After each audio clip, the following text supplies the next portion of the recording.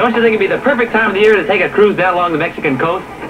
I thought you just went out for a sandwich. Well, I've been talking to her, Dan, and she's an awful nice person. I thought, well, I told her you could help her. This is Dan Adams, ma'am.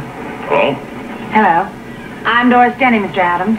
Oh, come aboard. Thank you.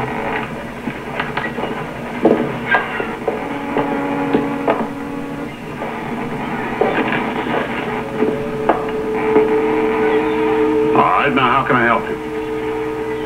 I don't know whether I can stand being turned down once more. Practically every fishing boat in the harbor's turned her down. Even old Joe Piganetti. That's where I found. Fishing boats? Commercial boats can't go in there without getting in trouble with the Mexican authorities. Besides, the yellowtail are running. And they don't want to miss the run. Or they're afraid of the rocks, or they want a fortune, and she doesn't have that kind of money. They all had different reasons. But I told her you knew every inch of that coastline. Can't you find something to keep you busy for a few minutes?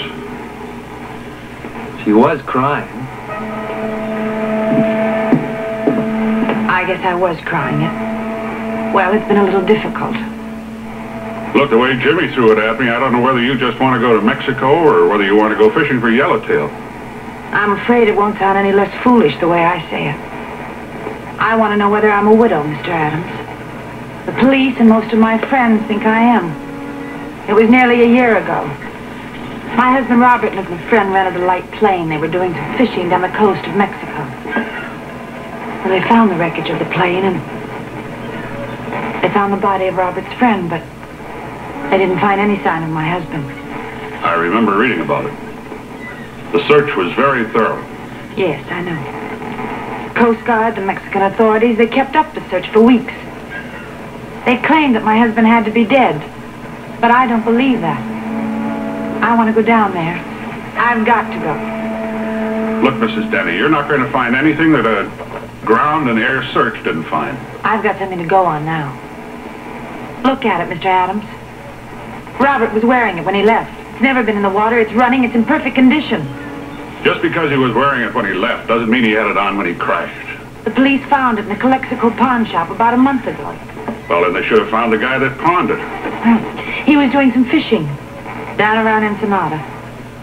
He bought it from a Mexican boy who told him that a white man had given it to him or traded it to him for food. They know where the boy came from? It was a place called Morte Colleta or something like that. Oh, Morte Colleta. Yeah, that's Kill Cove. I know where it is. It's real rocky and there's no beach, but you can get in there with a boat if you know what you're doing. Will you take me there? Look, Mrs. Denny, it isn't likely that your husband is alive. There must be another explanation for that watch. But I want to see for myself. Look, it's been a year. Mexico's not that remote. If your husband was alive and wanted to be found... He is alive, and he needs me. Please, do this for me. I can pay you. I have some money, not a great deal. Well, let's forget about the money. Like Jimmy says, it's a nice time of the year to take a trip. Jimmy? Aye, aye, Skipper. You crew for me for a couple of weeks? Yes, sir, Skipper.